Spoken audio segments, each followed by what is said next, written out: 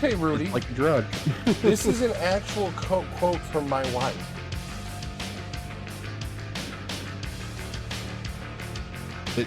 Too many years of World of Warcraft expansions has burned her a little bit, though.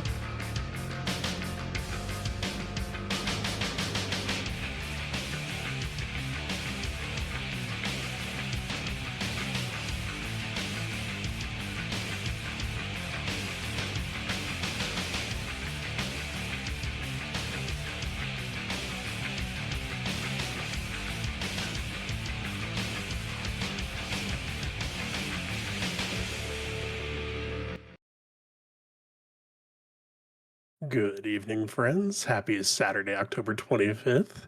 I am Emanis as always, and I'm joined by Nerditude as usual. And we're going to talk about all sorts of nerdy shit because it's been like a month, I think, since we were able to do one of these. So we've had a lot of buildup. How you doing this evening, sir?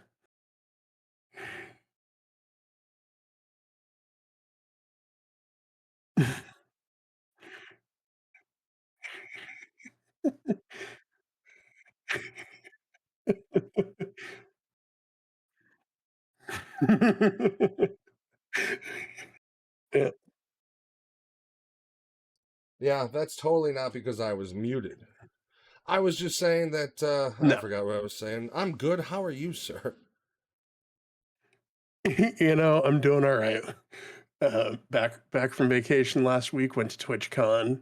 Had a very good time. Met a lot of good friends. Had a lot of interesting experiences at the convention. There are a lot of IRL streamers, and most of them have no idea when to stop streaming. I Like, imagine it's I'm in the like every John. You're gonna movie. stream in here? Nobody actually. Well, it's got to be like every movie parodies for it. Like somebody gets hit by a car and it's like 16 cameras in their face. And it's like, oh shit, chat! Somebody's got hit by a car, chat! Oh shit, chat! Fucking camera in the face, Yeah. like I mean, but that's the environment, right? That's like that, That's like Yeah. going to a brony convention and being like, a lot of people dressed up as animals here. That's what I've noticed. You know what I mean? Like, Yeah.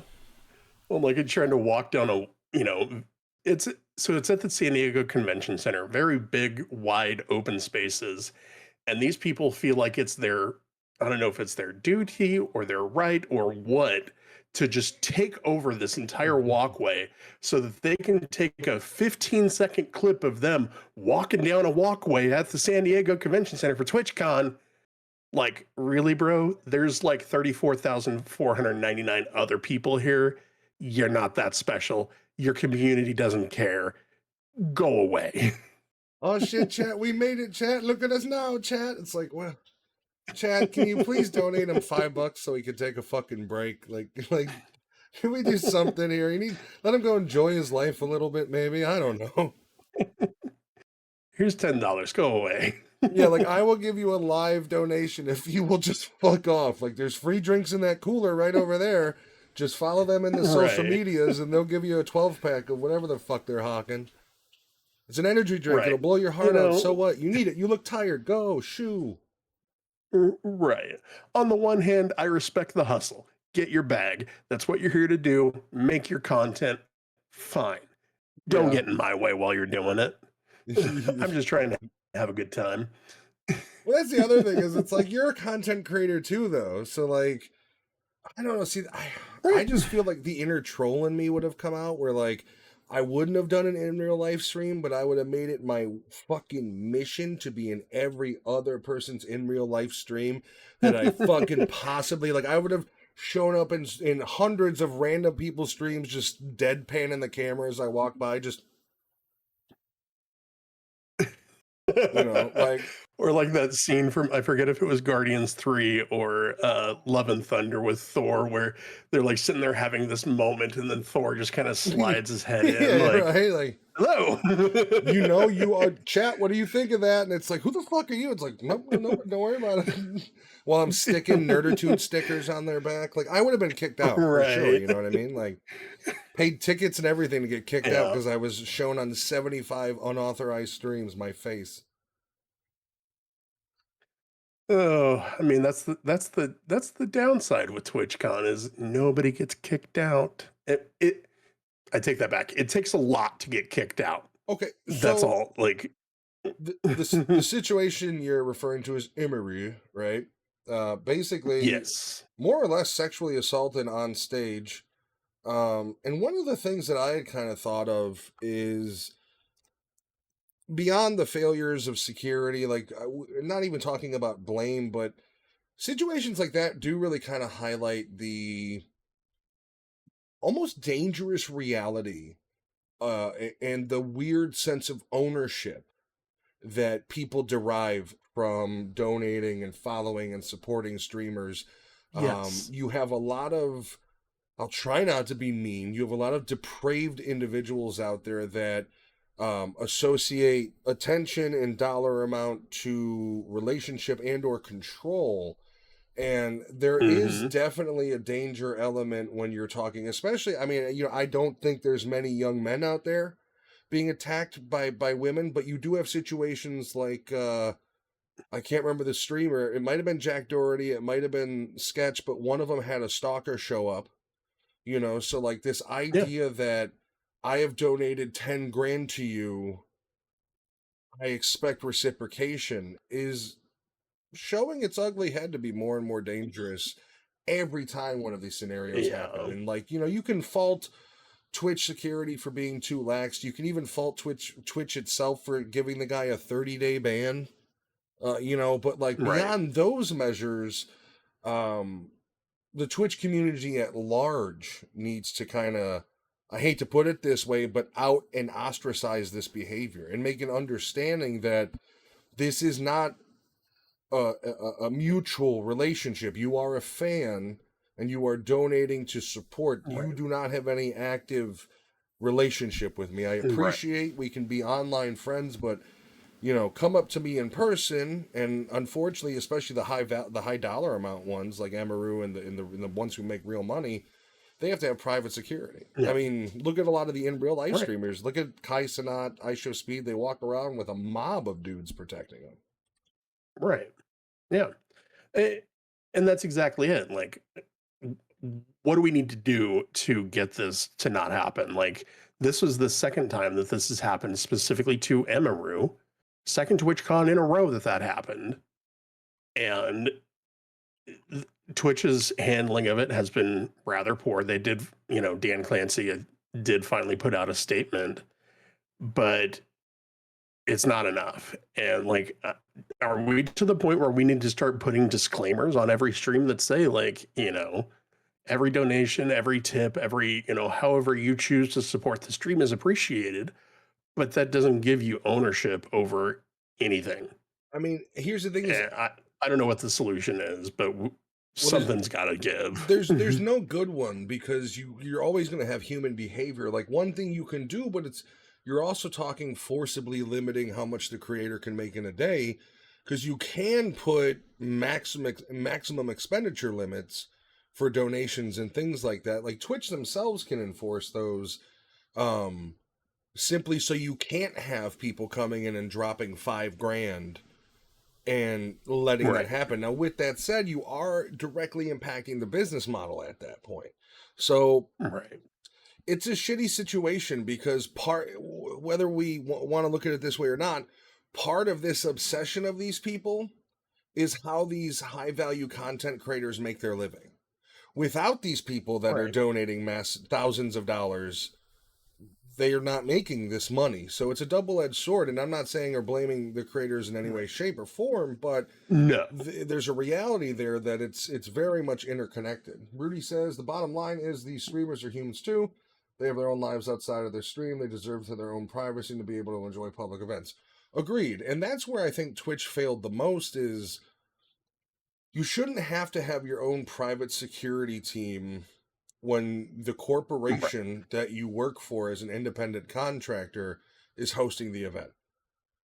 Now, and what that means is Twitch itself should have had a lot of off-duty cops and things of that nature as part of the security force. There shouldn't have been a rent-a-cop anywhere in the vicinity. You should have had legit law enforcement with power to arrest on site, instead of staff who lets the guy go and then they go, we're going to ban him for a month. That's unacceptable. Right. And the thing is that it's a failure on both the part of San Diego Convention Center and on TwitchCon, because one second. It's a failure because it's not actual security. It's, somebody that, whether they're contracted out by the convention center or by Twitch, I don't know, but they don't have any actual skin in the game. They have no responsibility. They have, I'm sure they have whatever insurance policy they have, but that's designed to protect the security staff. And I mean, I'm sure that it's, TwitchCon said, hey, we're going to do the event. San Diego Convention Center said, okay, well, we're contracted with this security company, so here's what you get. So somebody in there dropped the ball, and they need to look at a new security company. Hi, Sonny, welcome in. Hi, Sonny. The movie theater on the north side by our old house had off-duty cops for security. You would walk in, and they would have their service firearm in their holster, checking your bag to make sure you're not fucking sneaking licorice in. So, like, if this movie theater on the north side of Chicago can have this, how does this giant event where security and safety is a legit concern at all times? Right. And the unfortunate thing about it, too, is that, Rudy, you're absolutely right that they do deserve to have their own privacy and their own ability to enjoy public events. This actually happened at the meet and greet for the streamer, though. So it's like, if things like this continue to happen, then TwitchCon, it's probably not the best plan, because then things just get less organized, but it might reach a point where they just stop saying, we're going to host meet and greets. And then it just turns into the Wild West, where you have streamers posting up for meet and greets at random spots throughout the convention center, because people can't handle themselves in public. And there's not a right answer. There's not a good solution to this problem, other than people need to just quit acting like giant tool bags.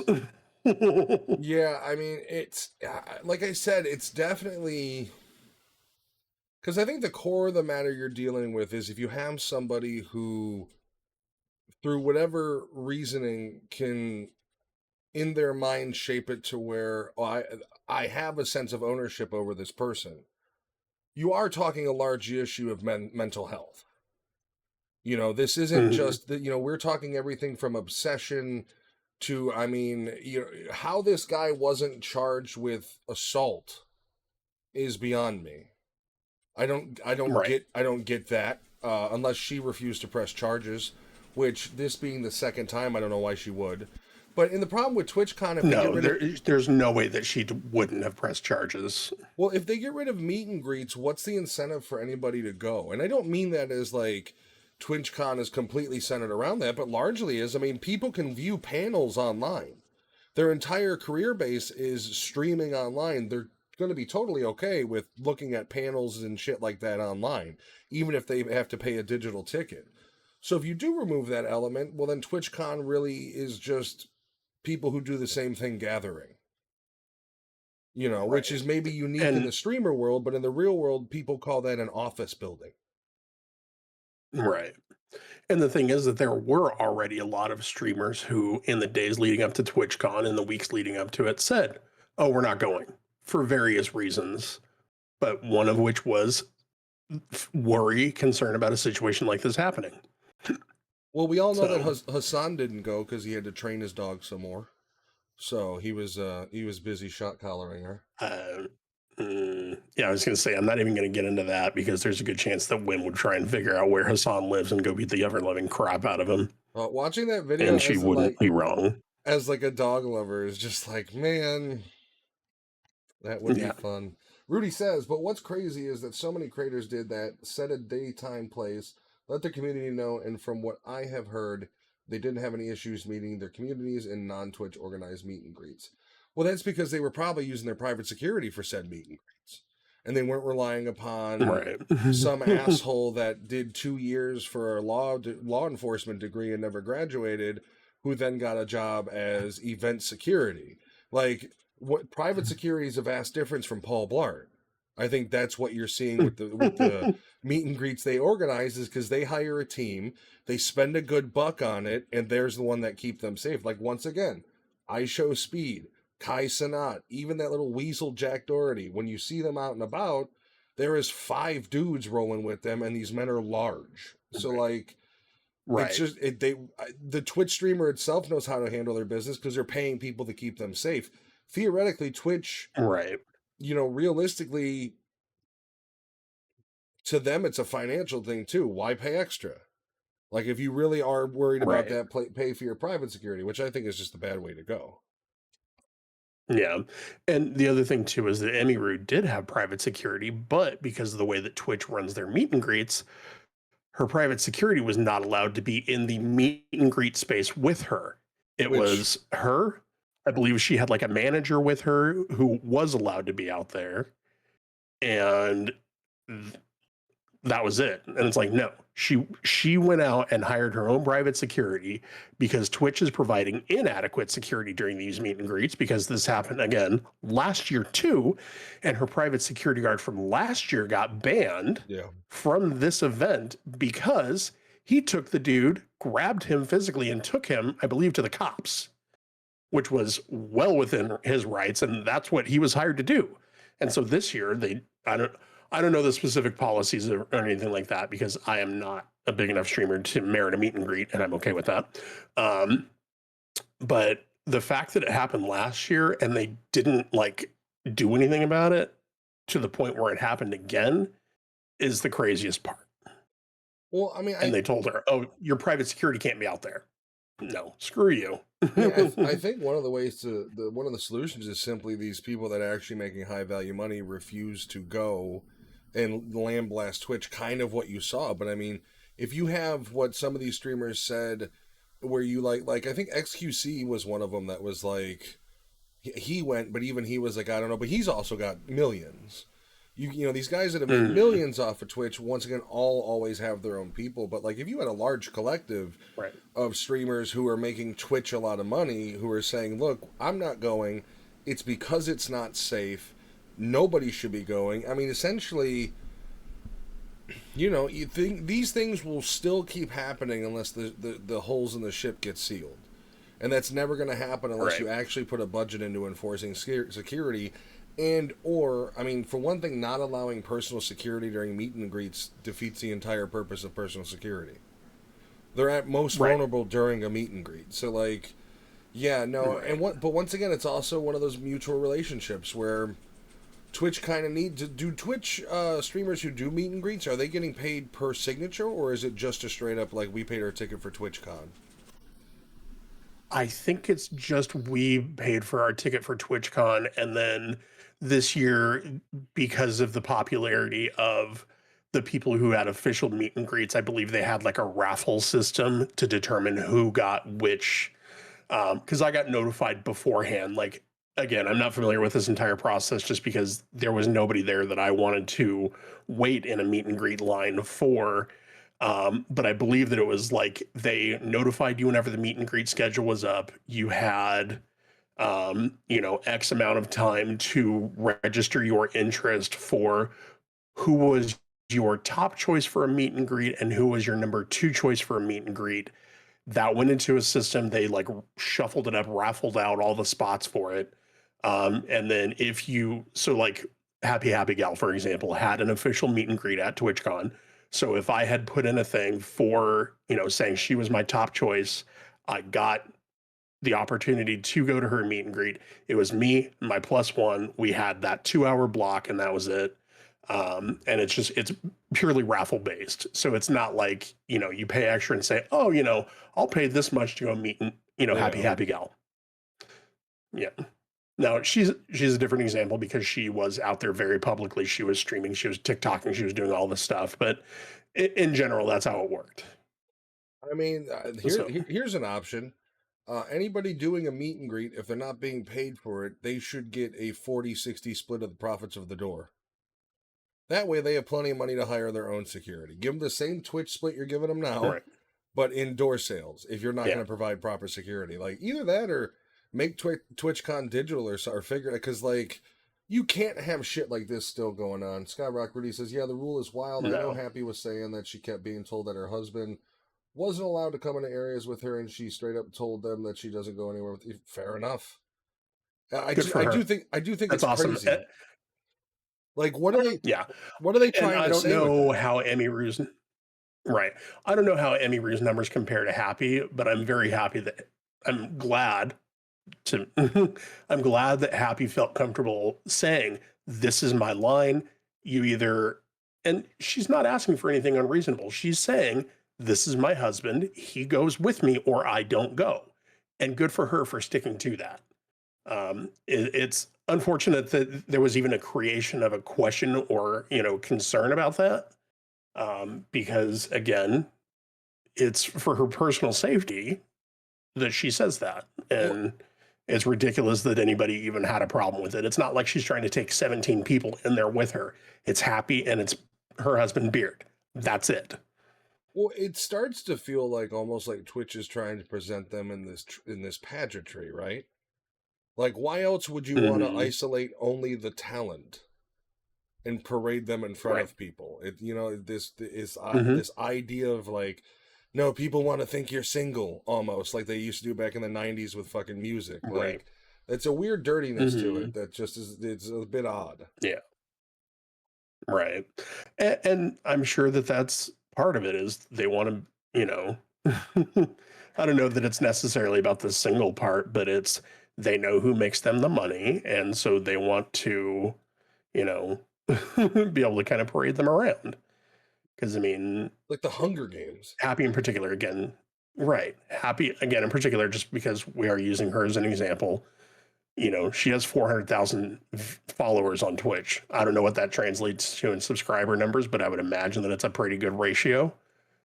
So, I mean, that's a lot of money that she's bringing in every month for Twitch. So of course they want to make sure that she's happy because that's a lot of money that she's making for Twitch.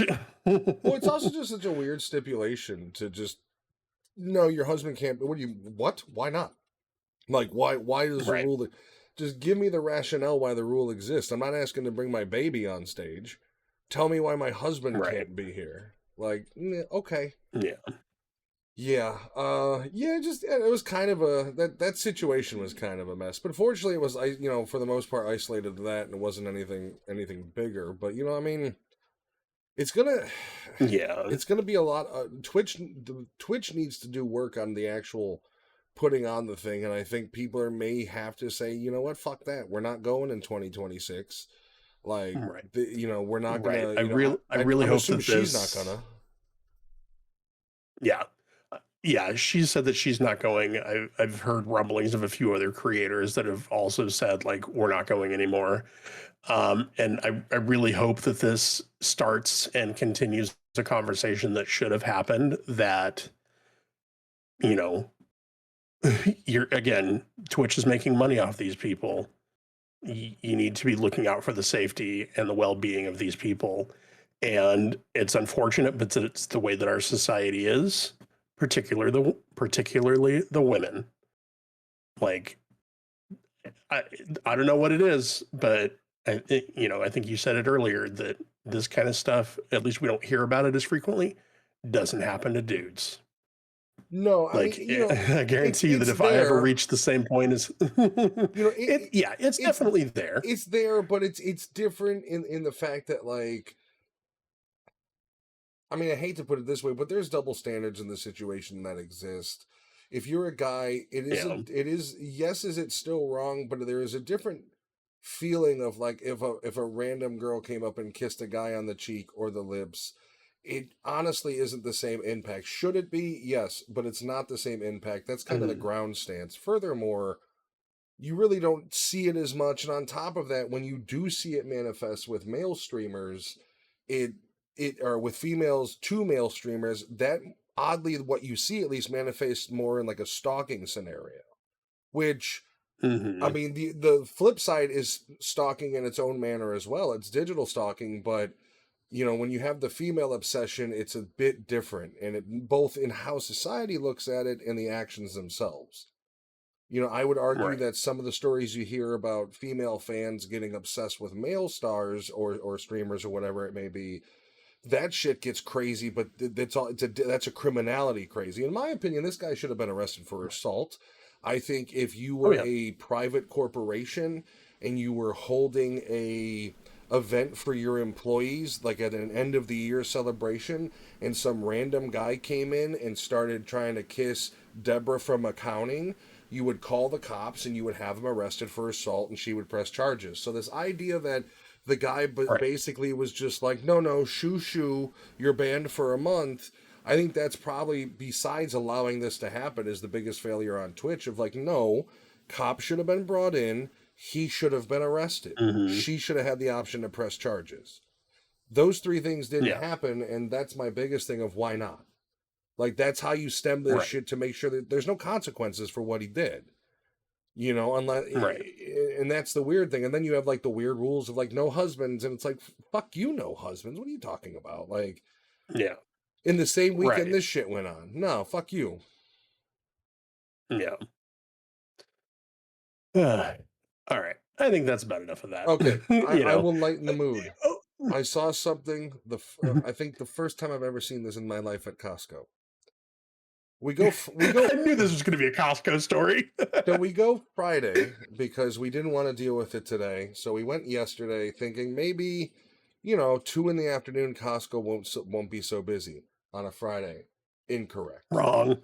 Wrong. That's the first sign. Fortunately, they did have an Amigo buggy, so I'm cruising through, and as usual, people are like, I gotta film it like with a body camera or something as I go through, because these people will literally dart in front of me and like the whole time like maintaining eye contact with, not with me but with the buggy, like they're almost like not gonna get me, and it's like it's really fucking annoying. So they did it again, and then they do the thing where they do it and then they stop because they want a free sample.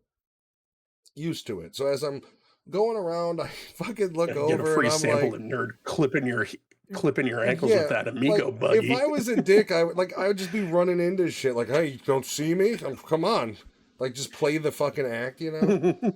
But like, I look over and these people are literally there's like 5 people in a semicircle crowded around a free sample of toilet paper. From my point of view, and Please tell me they weren't actually using that sample in the middle of the store. I don't know, dude. I could have been wrong. But like, as I'm going by, I look over and it's just this little old lady, and there's just a roll of toilet paper on the steel little samples cart, and she's just pulling off squares. And I'm like, these people are. This is fucking crazy. Like, I kind of understand when they've got pot stickers or egg bites or Oh my yeah. my dad used to call it the poor Mm-hmm. man's buffet. I at least understand that. Yep. As much as I hate when they like Mm-hmm. get right in front of you waiting for a chicken tender, but a fucking Right. square of toilet paper. Yeah. And then on top of that, we go to get our Snapple, and literally, I roll up to get the Snapple. Dude posed the black and yellow construction thing, and I'm like, "Yo, I just wanted cases of Snapple. Oh. Like how? Like what'll be a few minutes?" And I'm like, in my head, I was like, You "Okay, you've got 30 seconds before I just go grab it. Like I'm not gonna listen to you. right. I can Well, fit like you're under telling him." me that he couldn't have been a nice guy That's seeing that you're in the buggy, like, I oh, hey, what do you need? I'll go grab it for you real quick. honestly, What the hell, that was my man? thought. My thought was like, "Oh, he's just gonna offer to dump it in the cart." And it's like, no, he's like, yeah, it's going to be a few minutes. So then, and this is where there was just no communication between employees right now at that point because he closes it off. They do their stupid pallet mover to the next aisle, and then another random woman walks up, looks at it, and then removes it. And this is a span of about a minute. So in my internal timer, I'm already counting down to like 3, 2, 1. Fuck you! I'm getting my Snapple. Like I can in the buggy, I can fit Right. under their construction thing. Like I could just cruise right underneath it. Like fuck you. Like don't tempt me. And then they blocked out the dog aisle, so like we had to wait for that. And it was just that Other than that, it was okay. Like some areas of the place were completely dead. Like you walk into the freezer section and there was nobody there, but everybody else was like in all of the other. I don't know, dude. The parking lot was full, but areas of it Hmm. seemed like a ghost town. It was 50-50. Weird. Oh, excuse me. And then we got Arby's for That's dinner. weird. I love Arby's. Mm. They have systematically killed Arby's in my area to like there's one in the fucking area. And it's over by where our Sam's Club is. So like if we want Arby's, it's like, well, it's gonna have to be when we go to Sam's Club. It's like, all right. So we Yeah. got Arby's and Checkers, or if you're not from Midwest, Rallies, I think is what it's known elsewhere. Yeah. Those they've killed off, and they've killed off Arby's, and I don't get it. Like we had too many Arby's at one point. We had 3 of them within Yeah. a few miles of each other, and they closed up all 3. And it's like, well, that Yeah. sucks, good sir. Yeah. No, I was never a big Arby's guy, except for because they're one of the few places that does curly fries. They also do And then jalapeno poppers. the jalapeno poppers are good. The potato wedges or the potato like triangles or whatever, those were always good too. And then at one point we had when Wim and I still worked at the same company and we were working in the office, there was one day that they had just introduced the Meat Mountain. You remember that thing? It had like 12 different types of meat on it. I don't. I kind of wish I do, though. Our entire office was like obsessed with this thing. We're like, oh, we got to go get the Meat Mountain. We got to go get the Meat Mountain. So finally, one day, all of us were just like, all right, we're going to Arby's for lunch today. We're all going to get the Meat Mountain and we're going to see how it is. Bold choice, Cotton. Terrible. Just Well, no. then by 3 p.m., like you're sitting in the office, like, is anybody else sweating? I am hot. Yeah, Ah. exactly. Fuck, my body feels like it's working overtime. Do I have an infection? And then just stay out of the men's room for the rest of the day. Yeah. Oh God, like, so Arby's when I was a kid, dude, there was this one mall. It had the greatest food court ever, and it wasn't the greatest, but it had a Taco Bell that had a soda fountain on the outside of the Taco Bell. So you could walk Oh, that around the was a poor mall. choice. You could walk around the mall all day and just keep refilling your fucking Mountain Dew if you wanted. And this is how old I am. Arby's at that point they had their deal was 5 for $5. And this is back when the beef and cheddars were ginormous and all steroided up. Yep. And now they're tiny. But back then you would literally get 5 of these fucking things for $5, and you can mix and match with like chicken sandwich and other shit too. And I think about it nowadays, and it's like a basic beef and cheddar is $5.99. The equivalency of what you would get back in the day is probably the double, which is $6.99. Yeah. So that means that same meal back in 2001, 2002 is $35 today. And it's like, dude. Yeah. It used to be like that's why we're so fat, because things used to be that cheap. You could consume 4,000 calories for $5.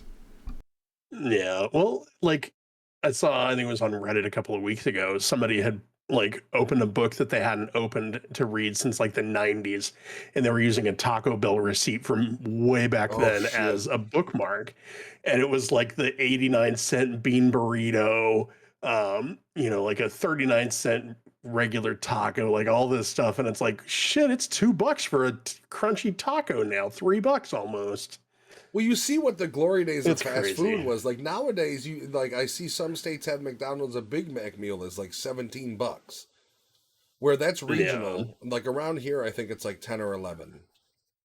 But that was when fast food was cheap. That's when like it was a legit alternative to a real restaurant, where it's like, I don't have $15 a person, but I've got $15 for everybody.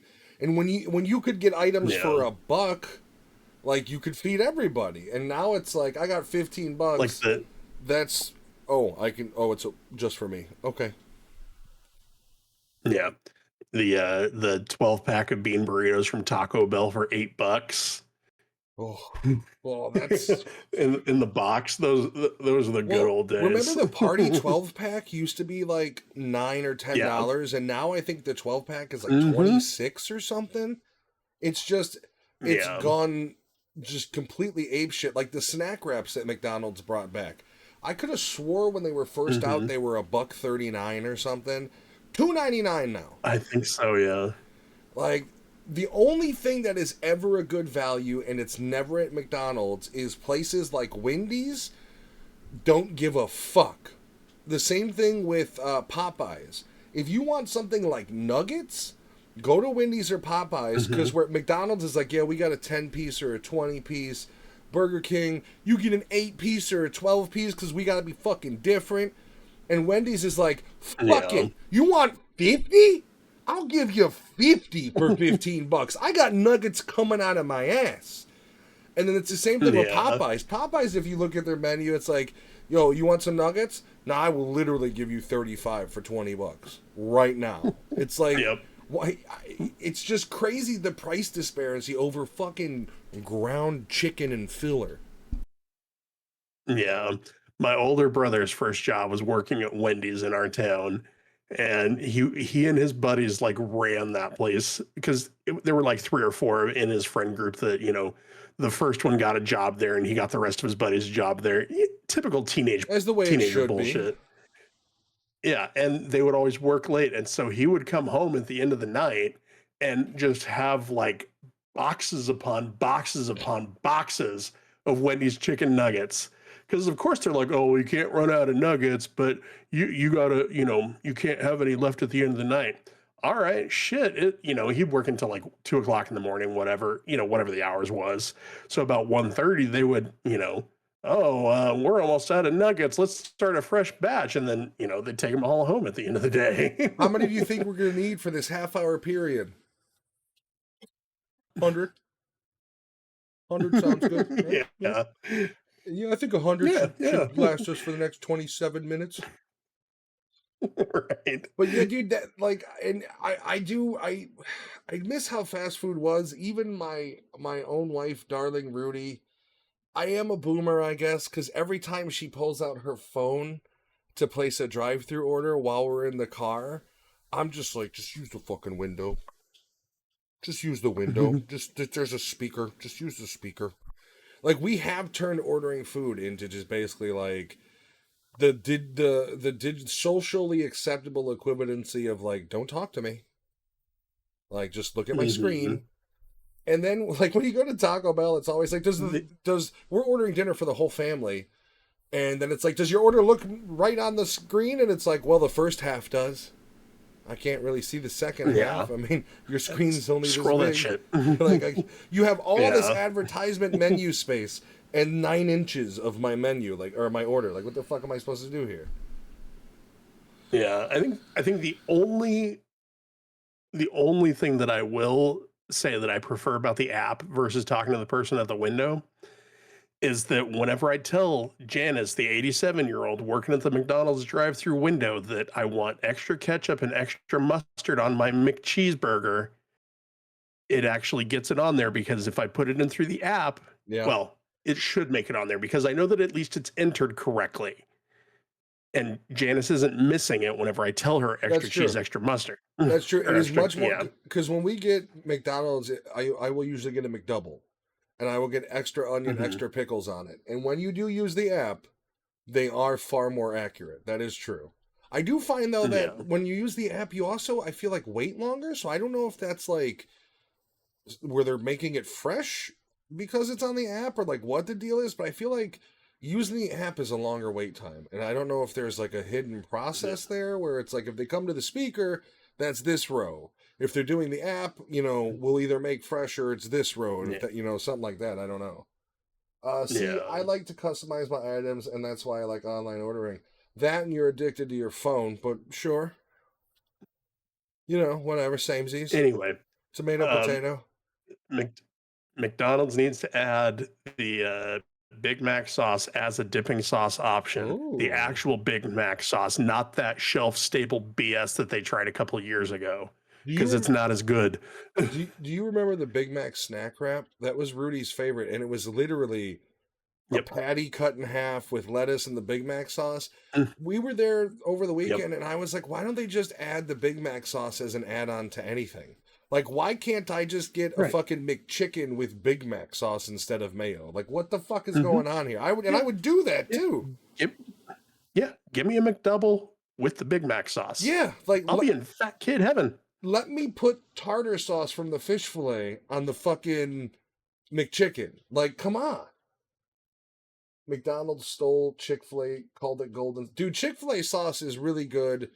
I will say my palate is getting to like spicier shit more, so like I'm a big Hmm. fan of like sweet chili sauces because they you Okay. get that nice kind of sweetness almost to like an Asian sort of barbecue sauce, but then you get some heat behind it. Yeah.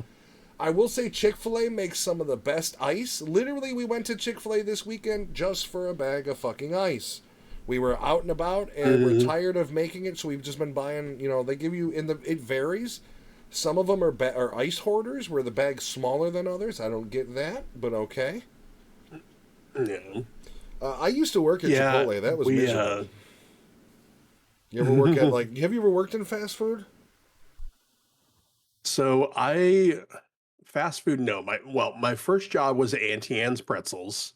Okay, in the mall? Fuck Auntie Anne's Pretzels. Like, were you a kiosk dude or We like a so, storefront? no, we were a storefront. We were in a shopping center in Tulare, California. And it was one of those ones that had like the Izod store and the Pfaltzgraff store and all those. Um, and it was me and it was a bunch of teenage girls, and I absolutely hated that job because those girls treated me like crap. It was so irritating. And yeah, anyway, I refuse to eat it in Auntie Anne's Pretzels. Like Okay, what do you got to this against day, Wetzel's not doing it. pretzels, eh? Anything? What about Wetzel's pretzels? They make basically the same shit. I just don't like pretzels. Okay, I'm with you. I am with you on two caveats. Well, three caveats. They do make the pretzels that are super coated in cinnamon sugar tolerable, especially if you have some like Mm. Cinnabon icing. Also, I can Oh, yeah, I am a slut for the cinnamon sugar. okay. Now I can also tolerate a soft pretzel with cheese sauce. That I'm down Okay. with. Third caveat, pretzel dogs. Pretzel dogs Okay. with fucking the honey mustard. That right there is a death row meal. Like, no matter what else is on that platter, I want pretzel dogs and honey mustard. Yeah. So cinnamon sugar, pretty much if you put cinnamon sugar on anything, I'll Shoe eat it. leather. Especially if it's got, yes, pretty much. The other one is the pretzel nuggets with the peanut butter in the middle. Oh, okay. Yeah. Those are my jam. Sonic makes a lovely soft pretzel. So I've eaten at Sonic only a couple times, and because I'm a fucking fat to piggy boy, I go for the corn dogs. Like, I love corn dogs. It is it's an obsession. So I haven't tried really anything else from Sonic. They used to have a ranch pretzel. I was addicted to that for a while. So I mean, that tells me like I'm definitely, even if I lost shit tons of weight, I'm still an inner fat kid. When like if you presented me a pretzel, I'd go, I'd much rather have something else. But if you took that same Yeah. pretzel and just covered it in cinnamon sugar and icing, I'm like, okay, now we're talking. Like, I'm the fat Yeah. kid that gets brought into the van because somebody's giving me jelly bellies on the way. You know, that it's a problem. Yeah. Yeah. I I've lost about 70 pounds in the last 9 months, 8 months, Nice. something like that since March. Yay, Monjaro. Um, GLP-1s are amazing. I know there's other side effects and things like that, but the weight loss has been fantastic. But yes, my inner fat kid will never ever die. You gotta eat less of Like it. you put a Cinnabon in front of me, just please keep your hands and feet out of the eating Dude, area, because otherwise, if you get frosting on them, you're gonna lose them. Cinnabon is an evil corporation, and this is why. By the way, Sonic Mott Sticks, Elite, sauce bad though. Yeah, I haven't like I don't eat a ton of that shit, so like we don't really ever go there. The reason I got a corn dog last time was because they had like happy hour where they were a buck or some shit. But Cinnabon is evil, dude. When you're in a mall, and for one thing, the whole fucking mall smells like Cinnabon. Then you get to Hmm. overbuy the Cinnabon, and in the warming rack, it used to just be like, here's the cinnamon rolls, and now it's like, no, no, here's some minis, here's some of this. There's four different Hmm. options. By the way, here's a six pre-box take-home boxes. Oh, is that not good enough, Fat Piggy? Here's a tub of just the icing. Go ahead and eat that with a Yep. spoon on the way home. Like, they're trying Well, to kill their and they user know what the base. best part is too, because they're selling the center of the roll as a separate item. They know where the target audience is. And then I will say, dude, you buy a box of them and then you just and this is fundamentally the same for any cinnamon roll. Put it in the microwave for 20 seconds and just the magic happens.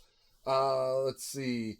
Sonic had a 4 pack of Mott Sticks for $1. I got $10 worth and bought a Rio sauce from. So we actually purchased their Rio's marinara sauce. We have yet to try it though, because we typically make our own It's pretty sauces. good. Well, we normally make our own, but Hmm. Jen had watched. She's got a somebody she watches on TikTok that was recommending it. So we bought it as our like Yeah. we're either too lazy to make a sauce or we just don't have the other shit for it. That's when we're planning on using it. Yeah. I may open a jar to use as dipping sauce for some of the appetizer shit we bought. I did make a mistake and I Yeah. bought cinnamon toast sticks for myself this weekend. I haven't had them in a long time, and they looked fucking good. You So I got chose wisely, my friend. You chose wisely. I have to see how the air fryer oven handles them and how nice and delicious. I also have cinnamon toast crunch, cinnamon sugar mix I can pour on them if I really want to go to diabetes town. um, Smart and Final. I don't know if you have them in your area. They sell, I believe it's the Tio Pepe's brand churros, which is the brand that Disneyland uses. Comes in a, I think, box of 25 churros. They're not the full like 12-foot. Here's a churro for $25, length that Disney has, but it's like a box of 25, like 8-inch churros, and they come un, you know, powdered or whatever you want to call them, but it comes with a bag of the pre-mixed cinnamon sugar in it. So like you put the churros in the oven, you throw some of the cinnamon sugar on there, cook them up real nice, but then you don't use that much of the cinnamon sugar. Like the ratio is just so far off because they're just thinking, oh, you pour the cinnamon sugar into a tray and there's going to be a bunch left over. I would mainline that stuff. Like, give me a dollar bill. I'm going to roll it up and I'm going to start snorting the cinnamon sugar here if you're not careful. And it's always shameful too, because like, especially when you buy them frozen and you just have a certain amount of the stuff, and then you open it and before you put it on the stuff, you take a taste of it and you're like, oh, I could consume. It's like a vampire looking at a victim, like, you don't know the things I could do to you, cinnamon sugar. You know what I mean? Like, instantly. That says, speaking piggy, this does not need to exist. Schlotzsky's offers a dessert called the Oreo Bon, which features a cinnamon bun roll topped with chocolate sauce and Oreo. I feel like that defeats the purpose of a cinnamon roll, though. Like, now you're just trying to lose toes to diabetes.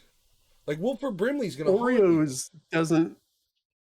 doesn't need to put their stuff in everything. Like Cinnamon Toast Crunch would make more sense. I appreciate a good Oreo. I don't have any problem with Oreos, but just stay in your lane. You keep your Oreos. I'll keep my cinnamon buns. Everybody happy. Everybody fat. Speaking of, we were already talking about this demon, but Taco Bell is the devil because of their little cinnamon donut holes.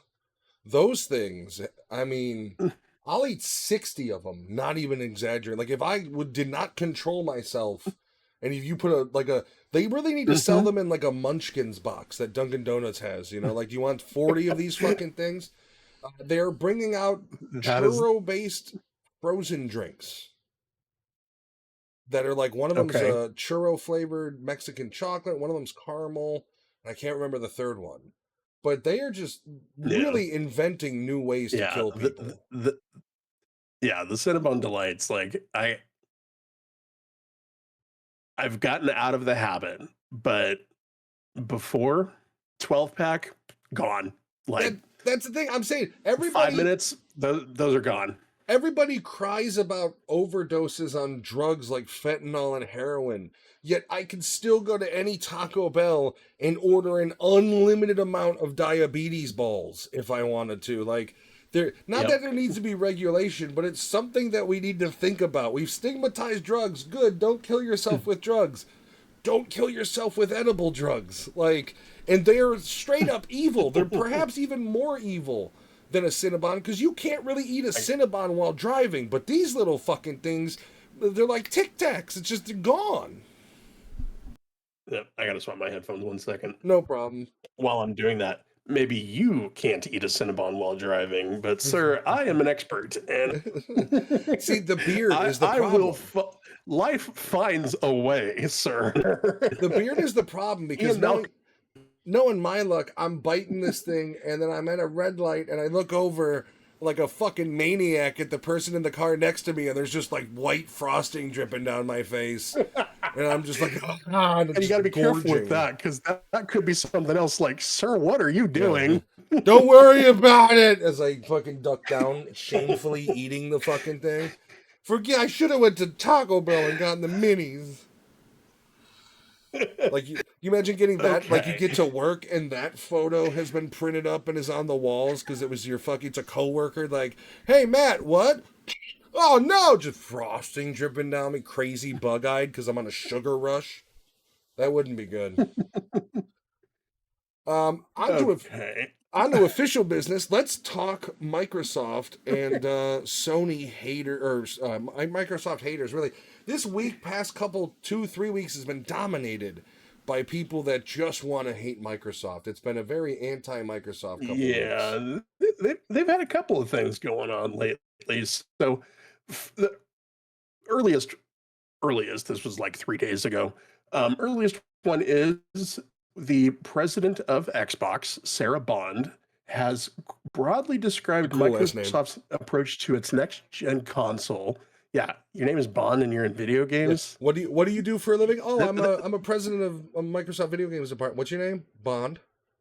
Sarah Bond. Yeah, that's right up there with the president of Nintendo America being named Doug Bowser. Like, okay, here, welcome aboard. Right, you're our mascot now. She did an interview with Mashable, and she said that, quote, the next gen console is going to be a very premium, very high end curated experience. You're starting to see some of the thinking that we have in the Asus ROG Xbox Ally X, which is the handheld that they're getting ready to come out with. But she didn't want to go into too much detail, which is fair if they're still doing research and things like that. Here's Yeah, her name actually is Sarah Bond. It's never fantastic. never cheated on the wife and never would, but the guilt of buying those Cinnabon and not saving, dude, that's nobody tells you that about marriage.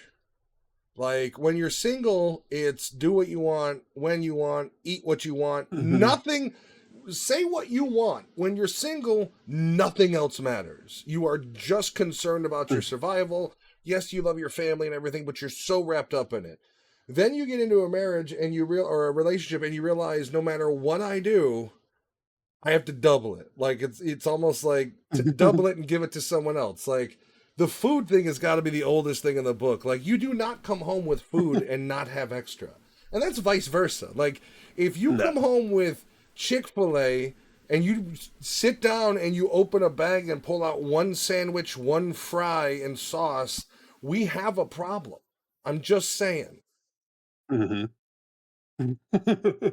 So the translation to the Microsoft thing is essentially when she says curated, she's probably talking about a similar strategy they have with the Xbox Series S and Xbox Series X differences, except what you're probably going to be looking at is modular components. So they've already rumored to Yeah. it's going to run PC games as well. So what you're looking at is a modular PC.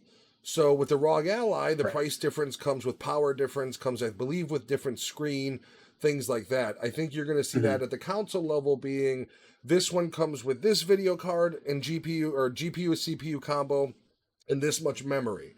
This one comes, it's going to kind of like they've already done with the, like S has a 512 gig hard drive, the X has a 1T. You're going to see those incremental Yep. upgrades in the price points. I think you're probably going to see three price points. I would imagine 1,000, 1,200, 1,500, and they will get more powerful. And where I think Xbox has the leverage here is simply saying, yeah, you can play your PlayStation games on Sony and you can play literally everything else on an Xbox. That is where I Yep. would go if I was the marketing in Xbox. Right. And they've been kind of headed that direction for the last several years anyway. I mean, I feel like they're about 3 steps away from turning my refrigerator into an Xbox. God willing. You know how long it takes to make dinner? Fucking, I'll play some Halo on the fridge. So that I actually, while I was at TwitchCon this last weekend, I actually did stop by the ROG Ally, the Republic of Gamers booth. They did have the ROG Ally X, both of the handhelds there actually. Um, they feel very high quality. I did get to pick it up. I didn't spend a whole lot of time with it because they were slammed. But it's got a little bit of weight to it, but it feels very quality. The buttons are nice. Um, the joysticks are, very smooth movement. Obviously, stop. I can only get so wrecked. Anyway, it feels like a very quality unit. And I will That's what she say that said. with most Microsoft, with most Microsoft products, I am an advocate for Microsoft. Just in general, I'm not a Mac person. Yeah, I've had multiple Windows phones. I bought them Microsoft Surface Duo, the 1 and the 2. My wife and I both have service products. Like their hardware quality is good, and the fact that they're partnering with Republic of Gamers with this is just making it better. Um, I like I said, I didn't play any games or anything like that with it. I was just checking it out purely from a physical standpoint. It's going to be a very good product. And if the availability for the games is there, which it really does seem like it is, it's going to be worth the price point. It'll be worth every penny of that price point.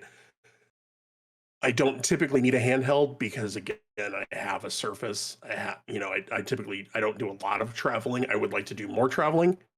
I will probably pick one up at some point. I have a Switch 2, and that's obviously going to stay strictly for Nintendo games. I'm probably going to pick one of these up. Well, I mean, you were talking about it earlier. It really does build a nice competition because now you have multiple devices at multiple price points. You have the tried and true Steam Deck, which on sale you can get. I've seen the lowest tier model for like 319 off of Steam on Something like sale. that, So yeah. like you can, and at this point, the more of these sort of handhelds that come out, until Steam releases an updated or Steam Deck 2, you can kind of consider the Steam Deck the budget friendly option that still does everything you want. Meanwhile, I think the Mhm. way gamers and people need to look at the ROG Ally is one of them is a competitive to the Steam Deck model, and one of them is a Mhm. luxury, high-powered model. And the thing with that is Right. not every gamer wants to blow $7 or $1,000 on a unit, but it also depends on the type of gamer you are. So if you are I sit at Right. my desk most hours of the day, I play all my games on my desktop, the ROG Ally wouldn't be worth $1,000 for you right off the bat. But if you are somebody that mainly plays mobile games and you really want to you don't have a nice PC or you don't have a high powered PC, the ROG Ally, considering you can plug it into a TV or a monitor and run the fucking games from the unit into a monitor, gives you a handheld console, not unlike the Switch. However, you have a very powerful Switch that runs PC games. And one of the big, when you always hear PC gaming is the elite way to game, it is correct simply because the markets available are better. People bitch that you can't get certain games on, the Xbox 360, the Xbox One, or the PS5. PC is unregulated. Games like Batman Arkham Origins isn't available on consoles. I can get it for $3 on Steam. That is where I Right. think console players are locked in and don't fully understand what that market is and how freeing it is. And I think that's where Mhm. you're seeing the mainstream market collide. And that's exactly what the ROG Ally is. It is the device to introduce the market into, hey, for $1,000, you have a hyper powered Switch 2 and a desktop capable of running PC games. You can plug in your fucking accessories and you can run it as a PC. It runs all Windows, well, most Windows games. There was some issues because people thought that because you were buying a ROG X Ally, it was also going to access your Xbox library, like the console library itself. That it does not. However, with the cloud functionality, the games that are available to stream via the cloud that you own, you can stream them. Not only that, Microsoft is adding more Play Anywhere games to their thing, where games from your Steam libraries and your Xbox libraries are now being allowed to be streamed to the device itself. So that saves on Yep. things like battery and shit like that. So, like, this and the modular style Xbox, I think, is the future of gaming we have talked about for a long time. And console Right. fanboys just don't know how to cope, frankly. Hot Tub Fortnite with Nerditude coming up. No, why? Why would you want that? How am I going to get out of a hot tub with one foot? It's going to be a lot of weird positioning. I'm not going to put that on camera. No, Yeah. hot tubs are You killers for, know, like, if you got high blood pressure, hot tubs are fucking, that's a risk. I take cold showers. What are you talking about? anyway, yeah. Uh, I mean, as much as people, crap on Xbox, and typically it's the Sony, you know, people who are, for lack of a better term, Sony fanboys are the ones that crap on Xbox. They're the first ones that anytime Microsoft posts anything about the Xbox, it's, oh, PlayStation better. Okay, cool, great. Um, and they're the first ones that'll say, oh, well, Microsoft is getting out of the console game because, there were rumors, I don't know how accurate that they are, that Target is going to stop carrying Xboxes, that Costco is going to stop carrying Xboxes. They're the first ones to say, oh, well, it's because Microsoft lost the console war. Microsoft didn't lose the console war. Microsoft decided, and for whatever reason, uh, you know, PlayStation has exclusives. That's totally fine. I don't really care. Microsoft has decided that they're not playing that game anymore. whether that's because it's acknowledging that, yeah, okay, PlayStation probably does have a little bit better of standing in that market, specifically in the console space. This is Microsoft saying, okay, yeah, we probably didn't win the console war. Fuck you. We're just going to go win the whole gaming war now, because they are making these inroads into PlayStation by saying, hey, we'll slide Halo and Forza and Gears of War over to you guys. You cough up a couple of exclusives. Oh, look, they're in the Xbox ecosystem now, and yeah, we turned your fridge into an Xbox. That's how they're going to win. Well, they're just taking everything. Well, and really the only reason Sony has any sort of stranglehold over console wars is because their exclusivity. One of the things that Microsoft did when they decided to put day one games on Game Pass was start to destroy the exclusivity, because you were getting them on PC as well as console. So, like, that was the thing, is as soon as you saw that, you were noticing that was the next move. And then, like you said, they're in TVs, they want to put them in fridges. Like, the concept of requiring an $800, because that's what the PS5 Pro is. The concept of requiring an $800 console is getting a little fucking ridiculous when Microsoft has developed technology to, you bought a new TV, guess what? Pay for Game Pass, you've got access to that library now too. Any of those games, all the new games are allowed to be streamed. Also, one thing that nobody wants to talk about or admit, and as somebody who has PlayStation Plus Premium, not a single fucking day one game from Sony, not one first party day one game from Sony is ever put on game or on PS Platinum. So, like, that's the one thing where I don't understand. People bitch about how the price is going up, when realistically, if you are a gamer that does not have an Xbox, that does not care about cloud streaming, it is $20 a month for you for PC Game Pass. If you have the console, if you care about cloud gaming, it is $30 a month. But then you have everybody, when they started buying up companies like Bethesda and these other developers, oh, they're monopolizing. But now you're pissy and you're calling them failures because they're not going to limit these developers for developing software only for their platform. And it really is no longer a war. It is simply play your PlayStation games on your PlayStation, play everything else, including PlayStation games, on here. And they've already positioned themselves for that strategy. Even Sony's going to have to figure out that an exclusive, because face it, guys, every single console generation, by the time it releases, is already dated hardware. Yep. So Sony's gonna, and I think that's what Microsoft has figured out. They've built up their cloud infrastructure to the point where they can actually stream things properly, and they figured out that every time we build a console, we're subject to the fucking thing being dated, because by the time we release the console after 4 years of development, the hardware is already, it's a whole nother generation that pops up. Right. That's done. If Microsoft can say, here is a Microsoft branded 6070 for $600, you know, and that's why they may have incentive to make the base console, you know, put a whatever in there, like the equivalency of a, right now, whatever the generation's mid-tier. So a 5070, you know, right. Or if you want to go base, a 5060, I wouldn't recommend it. But a 5060, and then the 1200 is a 5070, and then the 5080 is the 1500. I think that's what you're going to see. And also other components, the CPUs, I think both hard drive space as well as memory is going to be another modular component. Hopefully they're going to allow you to add in your own M2 drives, and you won't require a Microsoft licensed one like the SSDs did for the Xbox Series X. But I think that's where you're going to see them go, where now it's going to be, you know, yeah, we don't have per se consoles anymore, but just so you know, you're going to have to buy that Xbox branded 5070 if you want to upgrade. You can't just go get it from NVIDIA.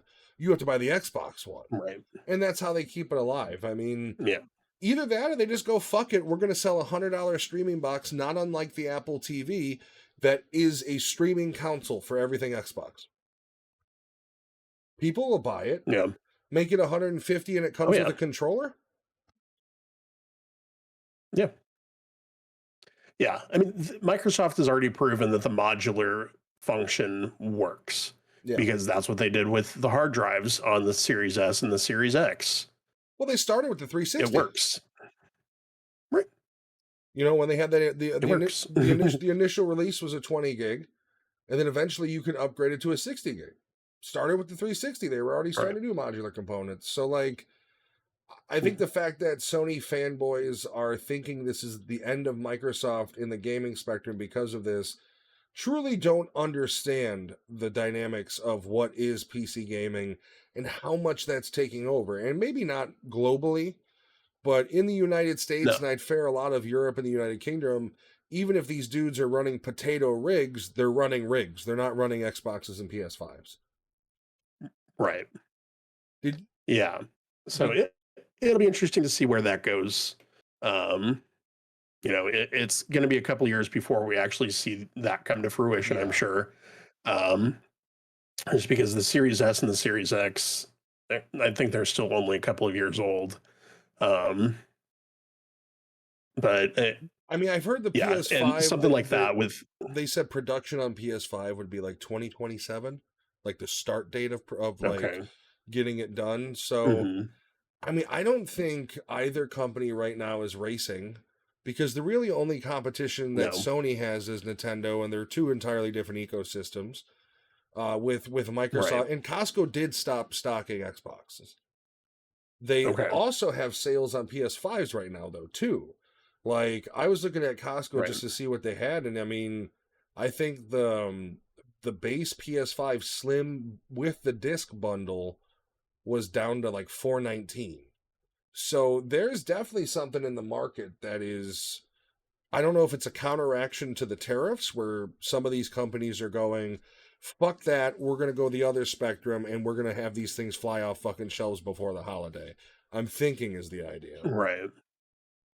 Yeah, and that would make sense, and it's because the other option is they either get rid of what they have and stop stocking them because they have to raise the price, pass that on to the consumer, which then, with the narrative around tariffs, so many people are going to, if Costco has to raise the price on the Xbox console or on the PlayStation console and passes that along to the consumer, nobody's going to look at it and say, well, it's because most people are not going to look at it and say, oh, well, it's because such and such, is paying more for tariffs.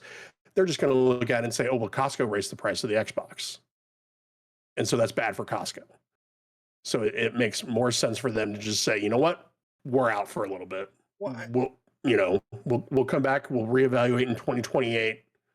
well, I also you think know, what you're seeing for things like Sony and stuff like that, as far as tariffs not impacting it on really too much yet. I mean, you have had Nintendo announce the price increase of the Switch One, and you've had the mhm. announcement that the Microsoft dev kits have been the price has been raised on them and shit like that.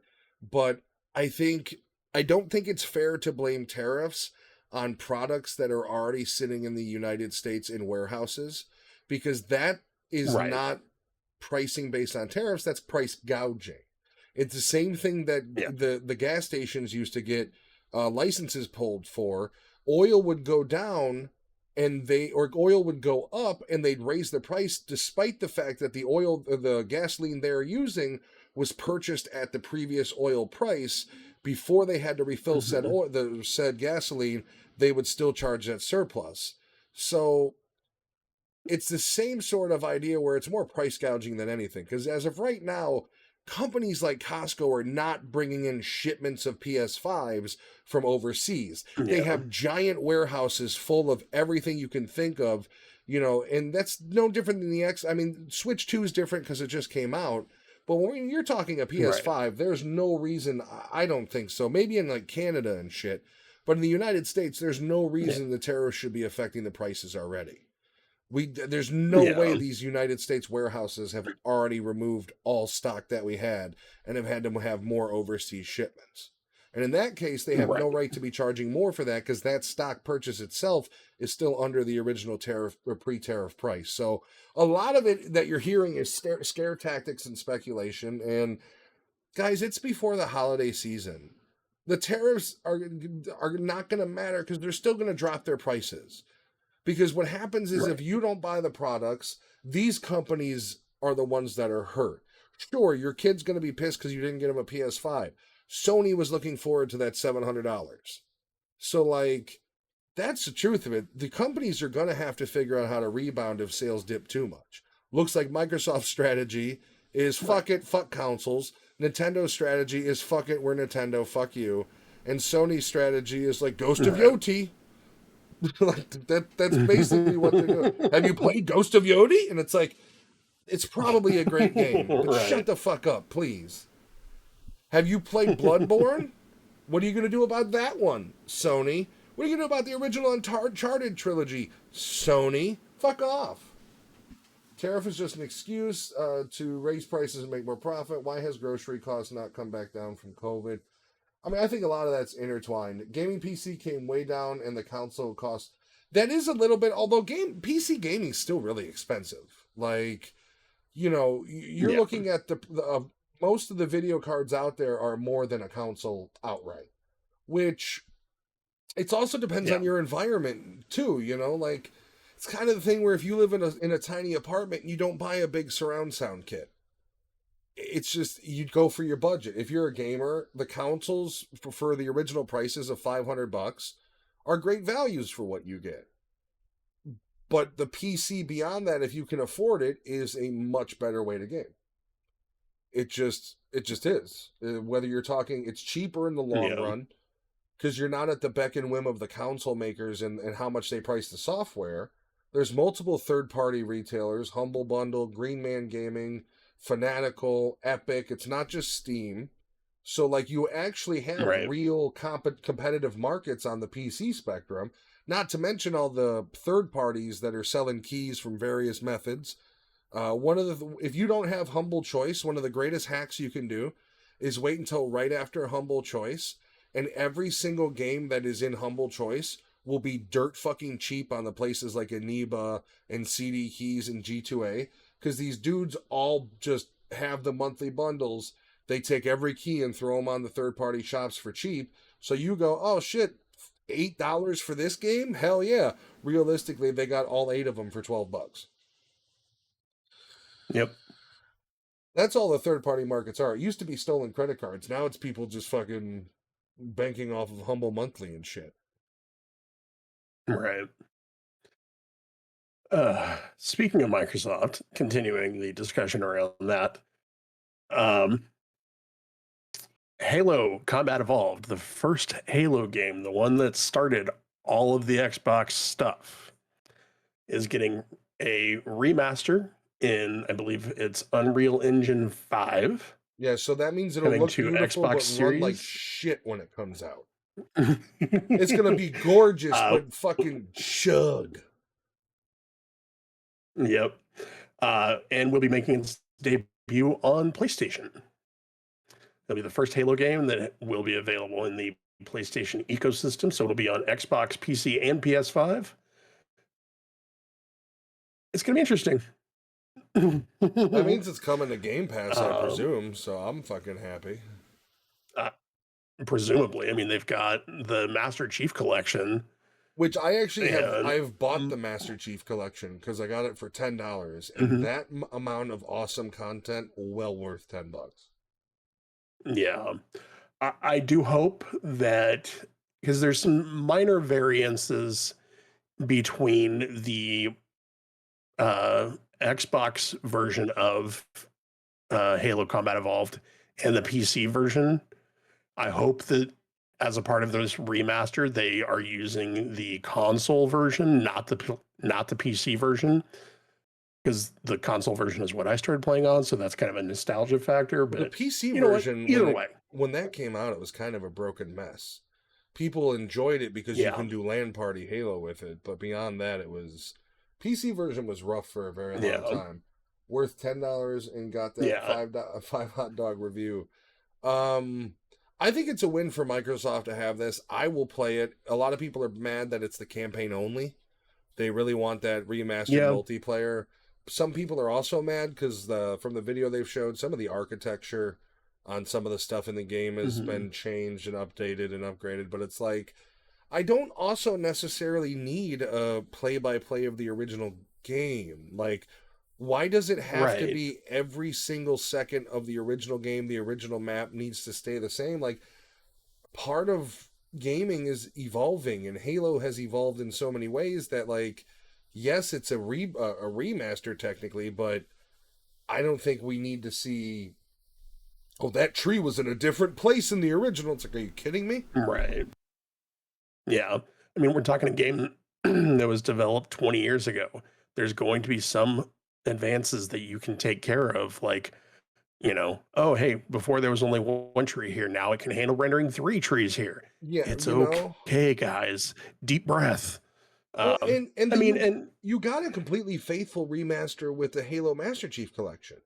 So much so right, that that is literally just a nice coat of paint on the initial engine, because anybody who's actually played it knows you can press select on the controller and swap to the original visuals. You literally have both versions of the right, game running simultaneously. This is different. This yeah, is completely rebuilt. It is not just a coat of paint. right, right. And they're adding three new prequel missions featuring the Master Chief and Sergeant Johnson, one of everybody's favorite characters. Am I the only one that feels that So they dropped the ball though? And prequel missions are cool. Should have included Reach, the yeah. ultimate prequel mission to Halo 1. All right, that has a question: Halo or Super Mario for greatest of all time? And I don't know, man. I think the problem with that is you're looking at two entirely different categories, and I think gaming is too broad of a spectrum to say, well, who is the best icon. I think it would be fair to say something like greatest first person shooter icon, Master Chief or Doom guy. But I think if you're talking Mario, Mario needs to be put up against. Master Chief. Agreed. Agreed for the most part. Although that, like, if we can get a Freddy vs. Jason style movie with like Master Chief versus Doom guy, I'd pay good money to see that. I think Super Mario needs to Yeah. be compared to other platforming game characters like Crash Bandicoot, Banjo Kazooie, Conker's Bad Fur Day. If you're talking old school side scrollers, I would compare that to Sonic. I hmm mean, Which Vector is why Man. the original Sonic game was developed, because Yeah. Sega wanted to take a run at Nintendo, So, like, I think which didn't end well for them. no, it's just too wide of a spectrum to compare the two. I think if you're asking me personally, Yeah. could which game I could sit down and play for hours, it's going to be Halo. Like, don't get me wrong, I do love hmm Mario games, but if you told me for the next 24 hours you're going to sit here and play through all of the Mario games, or you're going to sit here and play through all of the Halo games, Halo would be the series I would play through personally. Yeah. I think the thing that Super I'm Mario going to does have install it. going for it, I'm going to install them. I'm going to fucking replay them. Now I want to. the thing that I think Super Mario does have, going for it is Super Mario World in particular. The Kaizo community has done a fantastic job of creating some amazing player-made games out of those assets and those things. So I would say if you include the full body of work, I would probably say Super Mario, just because there's so much of it. There are so many fan made Super Mario games out there, Well, I mean, but specifically on SMW. across all Um, media though, but you've got one terrible Super Mario Brothers movie, then you have one critically acclaimed one. Then you also Halo has a TV show that not many, the one with Chris Pratt, I thought people loved. Didn't that do really well in theaters? they did. I'm trying to figure out which one is the bad one you're talking about, because the one with Bob Hoskins is Oh, amazing, and I will die on that hill, sir. all right. All right. Have you watched the uncut version of that? Have you Okay, if anybody is looking to watch the Super Mario, so what they did was is they went back and they found all this footage on the cutting room floor and they spliced it roughly into the footage of Oh everything God. else. So it's literally you're watching it and then the screen will have like the negative flickering and all these artifacts, but it's a deleted scene they found and the negative was just too fucked up. And it's on archive.org. They have the full unedited one. I like that movie, but I told myself a long time ago it is not a good movie. I like it purely for nostalgia's sake and Don't nothing lie to more. yourself. Nothing Don't more. lie to yourself, sir. Don't lie to No, yourself. oh All that right. that movie is an acid trip. And I also do want to say when you compare Super Mario to Halo, universe is it Disney or Universal Studios doesn't have a Halo universe. They have a Super Mario theme park area. So like that Universal, yeah. that should tell you something too. Vet says the social impact of Halo versus Super Mario are on another world. They took over. Madden has slowly also. I mean, I think it depends. I think Halo took over the competitive landscape.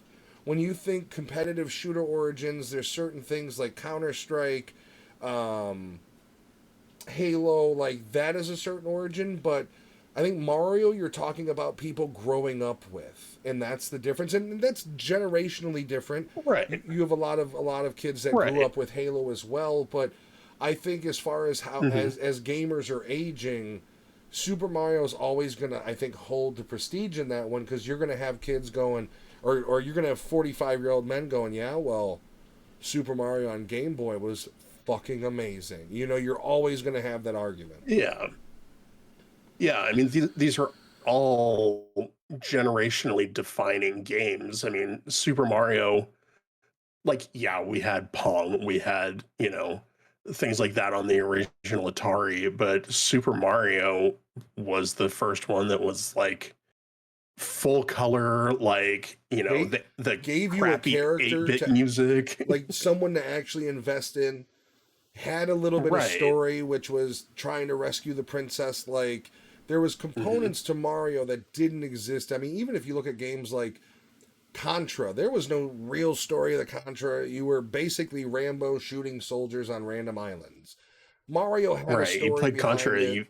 you immediately put in the Konami code and just ran Yeah, through the game. yeah. So like, I think when Mario came out, and for me, I think Super Mario is the pinnacle of Mario. I love modern day Mario games. Don't get me wrong, but Super Mhm. Mario World, the having different paths you could take, play different levels, the mystery worlds, and then you had Super Mario All Stars, which was an excellent combination product. Mhm. I think if for me that is the pinnacle of Mario, and then second to that is I remember we got an N64 like a year or two after it came out for Christmas. And I remember we went to bed and we woke up and my brother was playing Mario 64. I remember seeing that and being like, holy shit, this is Yeah. crazy. And I don't think you get those feelings for games anymore because the we've evolved to a point of like you're not seeing anything different.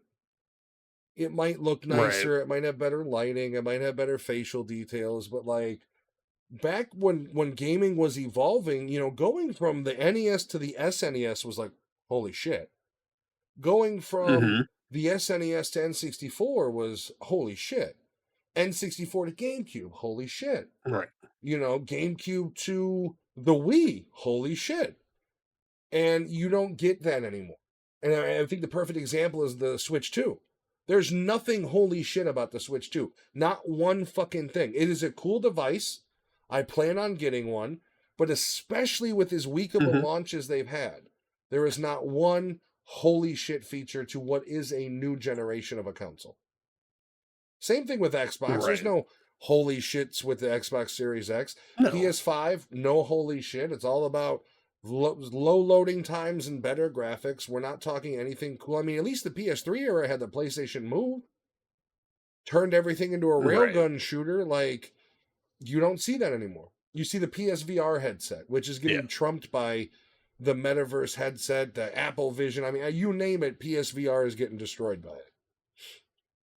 Right. Yeah. So we'll see how it goes. There's definitely it'll be interesting because that'll be the third kind of major tentpole game that has gone from Microsoft over to Sony for play on the PlayStation. Um, I say and good. Bring Spider I Man to think it'll be a lot of Xbox fun. so the other console losers can play some Spider Man. Like, it would be a huge win if Xbox can get some guarantee to get, like, Spider Man on Game Pass. Right. If Microsoft And was able to be like, hey, Spider-Man 1 and 2, now on Game Pass, whoop whoop, people would maybe start changing their minds on the price structure a little bit. right. They will get there. Mario 64 was just so Uh, ahead of its time. It was like, it really was. Mario 64 was a brilliant fucking game. It was challenging, it was fun, it was 100% Mario. I'm also a big fan of Super Mario Sunshine. That's probably one of my favorites yeah. beyond the Galaxy ones and everything. So, like, you know, Super Mario, it's hard to say that Halo's a better franchise because just the history that Super Mario has, just what Right. Super Mario did for gaming as far as also like helping evolve. Like from Halo 1 to Halo 5, you still weren't seeing much evolution between those 5 games. Same thing, kind of the Right. same struggle Call of Duty's having. Call of Duty Modern Warfare, massive evolution in first person shooting gaming. Holy shit, I can aim down the fucking sights. Call of Duty Modern Mhm. Warfare 4 to what we have now, very little innovation. Right. And then, so that you also brought up Madden. So I'm going to use that as kind of a jump into another thing that I have concerns about is that EA being bought out by the private equity company in, I believe it's like Saudi Arabia, Dubai, somewhere in that area. They may have just killed those games because a private equity company buying out something like EA feels like they're going to strip it for parts and they're going to leave it for dead. I think That's my concern. I understand that concern. I would argue that the Madden franchises are safe simply because Madden is actually one of the franchises that makes them money. I'd say Yeah. where you want to be concerned is things like the Dragon Age franchise. Um, Hmm. Need for Speed is always hit or miss. People love them, but if I feel like despite how well they're reviewed, they never sell. Like back in the PS2 era, you couldn't not sell a racing game. And nowadays, I feel like the racing game Right. market. I was also thinking about this earlier. How come they never sold the review mirror attachment for your monitor? That was specifically just a review mirror shaped LED screen that would only show behind you. Like, Right. I'm just saying, why do I have to buy a fucking $6,000 racing simulator? You could just given me a small little review mirror. That would have been so cool. Saudi is moving to buy up all the sports. They took over soccer, UFC, boxing, LIV golf as well. I mean, Hmm. yeah, they've also taken over wrestling for a large Hmm. part. I mean, wrestling Yeah. made the announcement that WrestleMania in 2 years, I think, is going to be in Saudi. Literally one of the most American things I can think of for the first time in 40 something years will not be held in America. Make that make sense. That's like Yeah. celebrating 4th of July in Saudi. Like, what the fuck are you even doing? Like, what? Like, Hulk Hogan's theme song was real American, and now we've sold out to the Saudis. Right. Yeah, I think you do have potential for. I mean, for one thing, EA needs to get their shit in order. They need to kind of, Yeah. Battlefield 6 is a good step in the right direction for giving fans fan service. I think that's what they need to lean into. They just like Ubisoft. Stop with the Assassin's Creed, bring up the other franchises. Splinter Cell, EA has Mass Right. Effect in their pocket. They've got all these Oh franchises. God, I'd love another Splinter Cell game. Ubi's got Splinter Cell, EA's got Mass Effect, they've got Medal of Honor. Ubisoft's got, Prince of Persia. They've been supposedly making the reboot of the Sands of Time for a decade. Like, there's all these Yeah. different, franchise games that neither one of these companies are doing, Hmm. and it would be pure fan service, and they refuse to. Like, they put out a Splinter Cell Yeah. fucking anime TV show, and not a new game. What sense does that make? If they buy WNBA, packet bag, hell is coming. That'll be a different looking in WNBA. That'll be for sure. Yeah, I don't know, man. It is a little weird with like foreign interest buying up. I mean, to be fair, EA I don't believe is an American company anyways. I think Ubisoft is French, so like it's not even a national Yeah. thing. It's just kind of like having it. I think one of the things that people were worried about with the Saudis buying EA was games like Dragon Age, which did have LGBTQ politically charged conversations in it, and I think one of the things that people are concerned with is those will no longer happen. My argument has always just been context of what it is and what game you're playing. I think that sort of shit can fit into a certain game, but if I'm playing Uncharted, I don't want Nathan Drake giving me a lecture about it. You know what I mean? It's like Right. place and time for me is where it matters. If it makes sense in the context of the story, like I guess people Right. were pissy with Ghost of Yoti because the ending is something along the lines of your character ends up raising a child with her lesbian lover, and people are like, figures, it ends with two lesbians, and it's like, I haven't played the story, but I would really be willing to bet that out of the 50 hours of gameplay you get, it's pretty fleshed out who these two are, and I would assume it's not a surprise. Like, once again, time and Right. place. Stop making a big deal of shit that isn't a big deal on both sides. Make a fucking Right. game that's fun, Yeah. then focus on the rest. Right. Right. It's one thing if it's kind of a natural progression and like you said, if it's kind of obvious throughout the whole story. If it's a game where there's no context and it's like, all of a sudden you just finished a major fight. Oh, I just killed this major enemy. Let me stop and take a moment to talk about homosexuality and you. Like, Well, I think that's where Dragon Age took it because there was dialogue in there where at one point one of the characters gets misgendered and she calls the guy out for it, but then later on the same character makes another insensitive comment about his race, like his actual whatever he is, and then brushes it off like, oh, you're so mhm, sensitive. And it's like, it's just tone deaf writing. And like video games have become so yeah, intricate. I wish more companies would adopt the Rockstar model of writing where it's like, write me a 300-page script. Like, let's actually put work into this writing and right, not just try to shoehorn shit hmm, into it. I was shocked they allowed the women's yeah, UFC title fight today in Abu Dhabi. I mean, a lot of that entertainment district is changed, and you also have to remember Dubai and shit. It's a different world. Like, if you're a hmm, Westerner, it's not necessarily the same policies as people that live there, and they've basically tried to make it Middle East Vegas. Realistically, like right, Middle East high powered people Vegas. There will probably be a sphere there soon. Put it that way. yeah. Yeah, they have to kind of acknowledge that hey, if we're going to be, they don't have to fully adopt, the culture that is the US culture or anything like that. But they have to recognize that hey, if we're going to be taking all this money from these people, we should probably have at least the slightest amount of respect for the fact that they don't care if it's two, people in the US don't care if it's two women beating the shit out of each other. They just want it, they just want an entertaining fight. As someone who watches UFC, women fights are way more brutal because they're so much faster. Like, they may not Hmm. hit each other necessarily as hard, but it's the same thing when you have the guys who are fighting at like skinny guy weight. Those Hmm. fists they throw are so much faster than like a heavyweight. Women's fight in UFC can be brutal. I mean, I think some things, like wrestling goes to Saudi and they don't allow the women to dress in their usual attires. And it's not like a Right. head to toe burqa, but they basically don't allow any skin to be showing.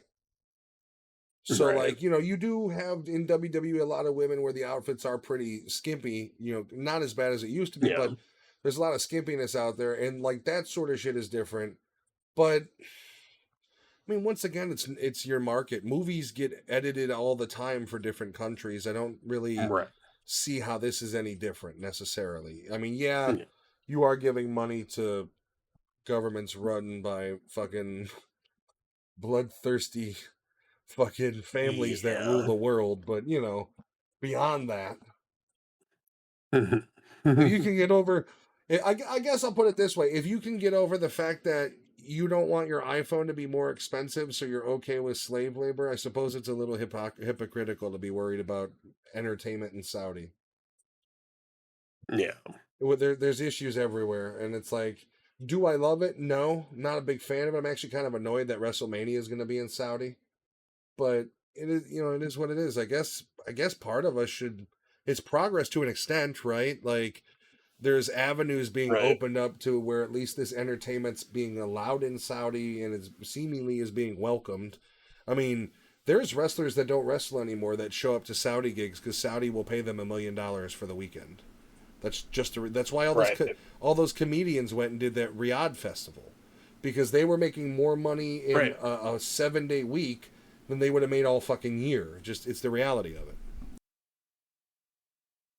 Yeah. Yeah. I mean, Gabriel Iglesias in particular actually talks about his experience going over there and, putting on some comedy shows and things like that. And that's kind of what he said. He was like, they laughed, they had fun, they enjoyed the show. Like he poked a little bit of fun at him, but he pokes fun at everybody. And at the end of the day, like they're willing to pay for it. So I mean, it's one of those things where like it's progress to the extent of like they're not arresting them for doing jokes. Now I don't know what's being said right. behind the scenes. There's always the possibility of there's Mhm. some handler going, "Hey, don't mention the prince. No jokes about the Right. prince." But that would also be really no different than if they went to England and they were in front of the Queen. It's like Ricky Gervais meeting the Queen. Kind of like, come on, Right. don't be you. It's all Yeah. relative. It's just the eye of the beholder type shit. We'll see how it develops. I mean, I like to think the more that we have financial connection to each other, the less we're going to want to destroy each other. So, Yeah. less war, more money being made. Isn't that what capitalism actually is? Da, comrade. Yeah, da. Unless you live in a certain part of Europe. But yeah, I mean, I don't think Oh. I did pick up Art the Clown today in Fortnite. I honestly Mhm. we haven't talked about it. I'm annoyed that the grabber from the Black Phone is in there. I don't get offended by things, but I feel like this is a character where Fortnite should have went. Maybe we shouldn't choose this character, and I only say that because the character is actually a he's a child molester, like legit. Yeah. And like, so seeing that, it's just kind of like, we really shouldn't have this character in a game that is played by a lot of young kids. There's a lot of young Fortnite Right. players under the age of 18, which is no better than, I guess, Art the Clown who brutally murders people. But there's a difference in the character itself. And as a horror movie fan, you're putting the player in the position of making the character a hero, not the greatest look. Right. With that said, I did buy Art the Yeah. Clown today. Yeah, I have not. Let's see. I definitely picked up Jason because, he's my boy. We should roll as Um, horror movie gang. I've got Art the Clown and I've got Ash from Evil Dead as well. okay.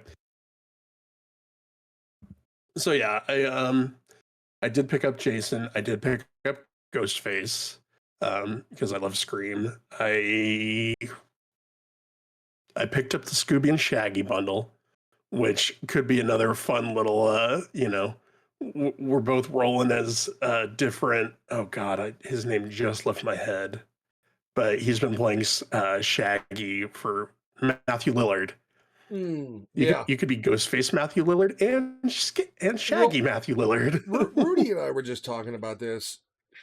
The way they bundled the Scooby Doo gang, they mishandled that. I think it should have been Scooby Doo, Shaggy, plus the Mystery Machine, and then the rest of the gang in the second bundle. They shouldn't have. They really, Yeah. I mean, all together, if you want the whole gang, it's like $60 something. Yeah, they really are going for the. It's exactly why they did it. Fucking going for the pockets on that one, man. I swear. Right, because there was something else that they did recently too that they knew exactly what they were doing. I want to say it was like maybe the Wednesday bundle With the car, where it was like, yeah. Yeah. So they're Anything to make a fucking buck. Mm. I mean, if we can't judge sexual molesters, can we judge people with acquired tastes? I don't know anymore. It's Fortnite, right? Like, it's the same game that had Power Rangers a month ago. Now they got a fucking This has pedophile been in the fucking game. like I know that it's like Fortnitemares, and so it's not technically basically the same season, but God, this has been one of the most random seasons, and I've only been playing for a year, but holy fuck has this season been random. You wanna be one of the Power Rangers kids? You want the fucking Megazord kids? No problem. Hey, by the way, ring ring, pedophiles on the phone. And then you got Doja Cat, who has a line of fucking sex toys, and what do? They tweet about them. She took over. Even, to the point where even she's like, this shit's disgusting. You're advertising my sex toys to kids who play a game. Whoever's running Fortnite marketing... I think those actually did get deleted, though. I think they did delete those specific How fucking ones. tone deaf where it's like Lord of Roses and she happens to have a fucking sex toy with the name Roses in it. It's like, are you kidding me? Like, but meanwhile, the John Cena emote needs to be removed and redone because of symbolism. But by the way, we're going to promote sex toys and put a legit character pedophile in our game. Where are the priorities? In the pocketbook. Yeah. Where they always are. Yeah, I'm assuming some Fortnite marketing rep is like, he may be a pedophile, but he's $15 per. And it's like, oh, God. Come on. You gave him a fucking pedo van. That is his traversal emote. Like, you might as well have put free candy on the fucking side of it. And that's what I said. As soon as they put that van in the Rocket League pass, I was like, okay, but where's the version that turns it into a white panel van that says free candy on the side? Missed opportunity, Epic. Like, what? At some point, a parent is going to be like, what you playing, buddy? Oh, Fortnite. Oh, is this you can play as these characters? No way. That's cool. Oh, Art the Clown. Oh, I don't want you buying that character, but you haven't watched those, right? Good. Don't watch those movies. What else do we got here? Okay. Oh, that's cool. That's a Halo thing, right? Is that an emote? That's the Halo thing? They got the Scooby van. Is that a fucking pedo van? Is that a fucking pedo van in this game? You play this? Like, I'm just saying, somebody needs to wake the fuck up. And, like, I'm not buying that fucking shit, dude. I'm not giving them money for that character. I bought Art the Clown. He at least doesn't... He'll kill kids, but that's the extent of it. I'm not supporting the grabber. It just kills them. Like, literally, the writer of the fucking movie was like, yeah, he is. I mean, he's a piece of shit. Like, he's a piece of shit. And get canceled? No, thank you. Yeah, that's all I need to be. Fucking going to the, what is it, the Delulu? Hey, kids, want some candy? That's happening right now. If I thought of it, it's happening. You have a proximity chat mode and a pedo van. What do you think you've done? Just saying. And the worst part is, you could put any fucking character in the pedo van. Freddy Krueger. They've had him in the goddamn game. Pennywise. I'm just saying, the Jeffrey Dahmer skin at this point isn't all that egregious if they were to release it. If they were just like, hey, guess what? We've had the fucking Texas Chainsaw. Now we're just bringing Ed Gein. Like, it's all fucking whatever at this point. The Simpsons. Game on.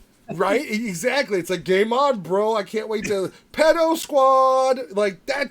You got groups of fours rolling around in pedo vans as the fucking grabber. I didn't make the game. I didn't do it. Rolling around in Delulu, threatening kids with candy. We all float down here, Davy, is what they're shouting. I didn't make it. The Simpsons next week. I've heard the map is turning into Springfield, which seems fucking awesome.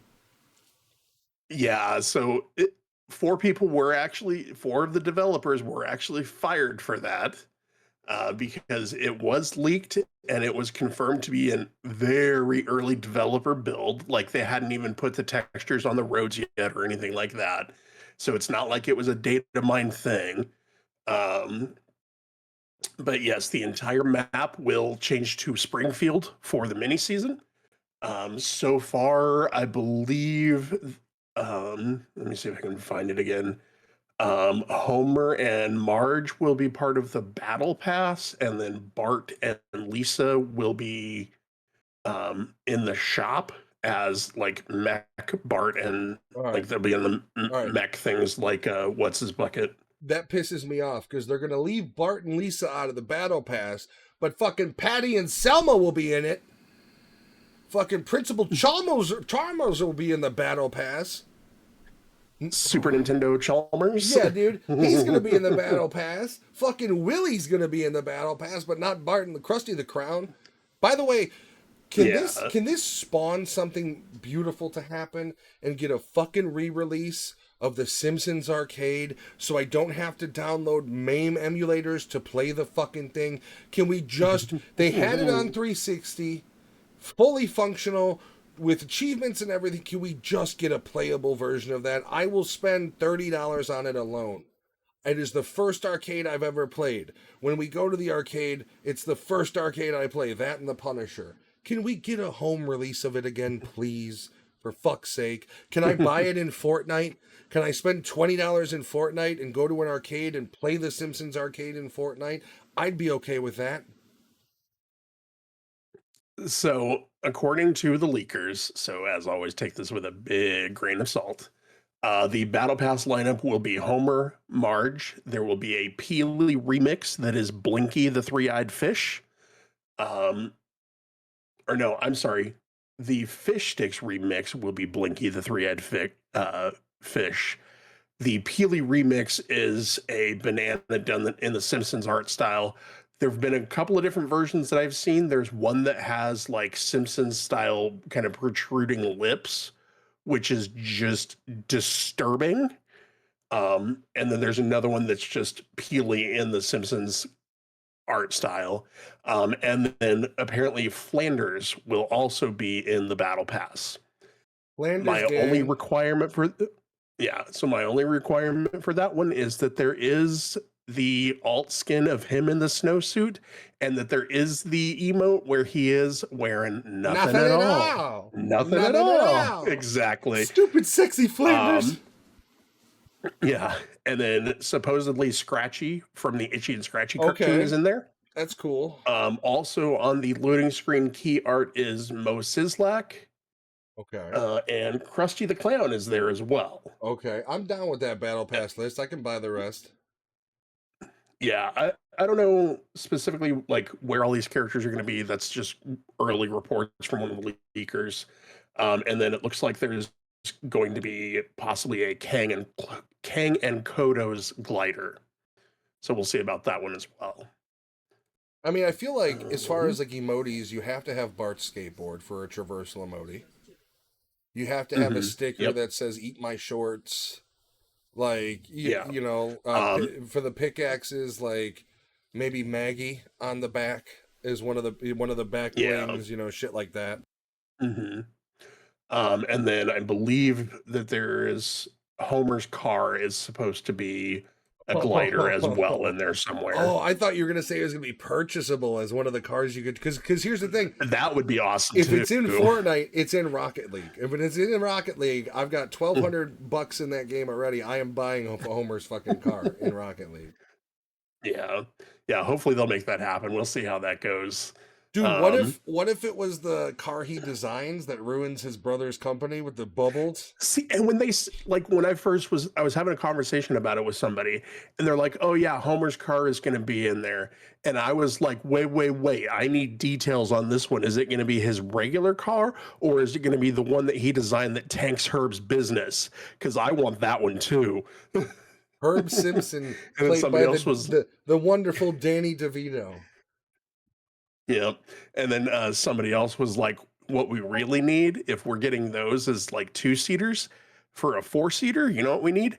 Canyonero. It's got to have the song. The horn for the Canyonero has to be the Canyonero. It's got to Yes. be. Or it's got to be a jam at least, like jam track of I the mean, Canyonero theme. I'll be honest with you. I wish Beavis and Butthead universe wasn't big enough for, I don't think, for a season pass. But like, I think Simpsons is. I think the second best thing you could do besides Simpsons would be South Park. The problem with South Park is there's no way to make characters in Fortnite look like the characters of South Park. There are rumors. Really? There are rumors that we are getting South Park at some point.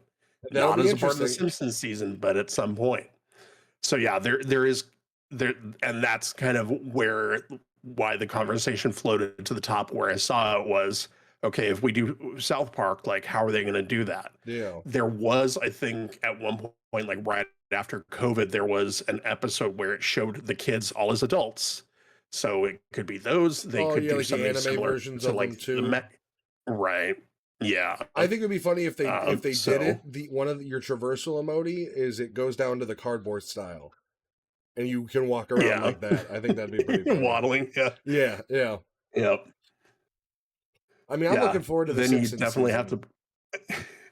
Then you definitely have to squat up as the four kids, though, and just sacrifice Kenny every chance you get. Whoever's playing as Kenny. Yeah, you're going in, every Kenny. chance you get. Yeah, I would definitely be on board for South Park. I mean, there's a lot of. That's one thing I do like about Fortnite as opposed to a Call of Duty. Like, I'm not a huge fan and never was a huge fan of buying skins, but like the sheer variety you get via Fortnite is really quite incredible. Like, I mean, from all walks of life, you're getting fucking skins in that game. Everything from Marvel to rap stars to streamers, it's pretty crazy. Meanwhile, Call of Duty is like, hey guys, we've got a Cheech and Chong skin. It's like, okay, they're 80. You didn't even give them a young skin. They're 80 in the skin. Right. And the thing is that it's like, it's culturally appropriate is probably the best way I would describe it, for them to go into Fortnite, because Fortnite has an established history of, we do goofy shit. Yeah. We get you to pay for goofy skins. The repo guys are in the shop today. We get you to pay for goofy shit. Did Rudy buy COD, repo? Wonder. I don't know about Rudy, but I know Whimsier has held it already. Rudy was talking about the repo skin earlier. I have a feeling. I heard that controller clicky clacking, which usually means Fortnite was being played. Makes me wonder if she was flaunting the mystery machine while rocking the repo skin, I bet you. What do you say, Rudy? I don't hear any keyboard clicky clacking. Silence speaks volumes.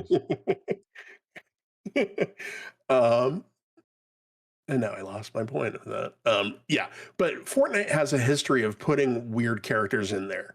Beavis and Butthead. That's a guilty post. That's a yes, is what that. Yeah, exactly. That's a yes. That's a can confirm. Yeah, I guarantee there was a squad of 4 repo guys running around earlier, and there was a purple one because that's Wim's color. All I gotta do is look at my fucking bank statement. I'll know the answer lickety fucking split when I see $30 worth of V-Bucks have been charged. Yeah, there was a purple one that was Wim. There was a yellow one that's Hannah Bananaram. Yeah, I mean, the one skin I saw in the shop that I really liked. Leave me out of this. I don't want to be part of this. Rudy, you're on your own. She was the repo, not me. One of the skins I really thought was cool was the X-ray version of the banana. Have you seen that one? Yeah, I thought that was really cool, and all of the the back bling and everything that comes with it look fantastic. Yeah, dude, I bought Art the Clown last night, and I'm like, oh, dude, this skin's fucking awesome too. I though have impulse control, which Rudy does not. She goes, I already had 1,500 V-Bucks, yet you still probably bought $23 worth. It doesn't matter. I didn't buy any V-Bucks. Totally free. So one thing that I do like that Fortnite is doing, I will give them a little bit of credit for this. And the streamers with y'all getting the couches ready for sleeping. Hey, you don't need to call us out, Vet. This is our show. We call everybody else out. While they go play Fortnite together with their new skins. Yeah. So Epic is doing they are adding a thing to the shop. I don't remember if it's been added already or if it's coming in a near future It's update. added. But the top off, it is added. Okay, Yeah. but the top off is fantastic because, and it's for me. If I have the V Bucks, I will spend them. Yeah. If I don't have the V Bucks, it's that additional layer of friction that stops me from buying stupid crap. I got I only had 150 today, and I needed Mhm. 1350, and it was 11.99. Right. Hmm. So I like that too, to be honest with you. I mean, Yeah. it is nice having the overage where you can kind of write it off in your head as like, well, I'll use them eventually. But it is also nice to be Right. like, oh, I've got 700 V bucks, and then oh, $6, yeah, no problem. Fuck it, charge it right. Oh, I Yeah. can use my Epic rewards, no problem. Yeah. Yeah. Those epic rewards come in clutch. They really fucking do. I was riding high because I had like $16 from Borderlands 4's purchase. And I just finished Oh those yeah. up with Art the Clown. Because I had those plus Yeah. something I had gotten from V-Bucks purchases. Yeah. Uh, Was there anything else we is want? I there know we anything? went into the Microsoft thing pretty deep today, but there's been just Yeah. a lot of vitriol towards Microsoft lately, and I don't know if I don't really think it's 100% warranted. No, it's not. I think that was pretty much it. I think we would have went a Oh, little bit longer because we went into the Twitch thing, and I don't really think we intended to, but it's definitely a thing that needs to be talked about, and needs to be addressed. Go ahead. I do have one thing. The Counter-Strike market, knife market, has completely collapsed. Okay. I have two. Thank you for bringing that up because I don't play Counter Strike. I have I no know. effing idea. I know it's a big deal, Yeah, but I I've played it, but no I clue. never got into this game. Essentially, you get high value, real life dollar high value knives that you can only get in loot boxes, or before you can only Mhm. get in loot boxes. So you had guys with 100 grand of real world value in their knife collection on Counter Strike. What Counter Strike Mhm. has done now, or Valve has done with Counter Strike, is you can trade in 5 of the highest tier skins to unlock a knife. Which, once again, these knives were only unlockable in loot boxes. So what it has Mhm. effectively done has completely devalued the knife market. Because if you happen to have 5 Oh. skins that you've unlocked that are high tier, you can get what potentially was a $3,000 real money value knife for free because you had already accumulated these Oh. skins. So they've shown one guy's video once for first off, people are killing themselves over this. This isn't Mhm. just a oh shit, this is a guys have invested more money into a video game currency than any smart person should have done. But Right. you've had guys with serious high value accounts that, one guy showed his value at the day before the update, his knife collection was worth, and this is a smaller guy, his knife collection was worth 70 grand. The next day it was down to 18 grand after the update. Oh, wow.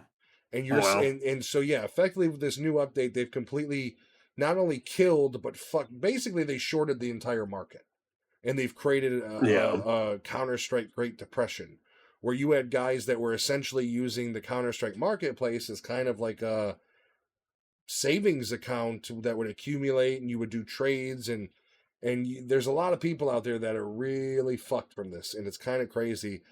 My two-sided opinion is Yeah. Valve knew the economy they created. They had no purpose in Mhm. doing this. With that said, I think they're Yeah. kind of foolish for using a video game to essentially have its own version of cryptocurrency. That's what it Right. kind of is. It's a contained model of cryptocurrency that, I mean, at some Right. point the ceiling's going to drop, and they dropped it hard on Counter Strike people today Yeah.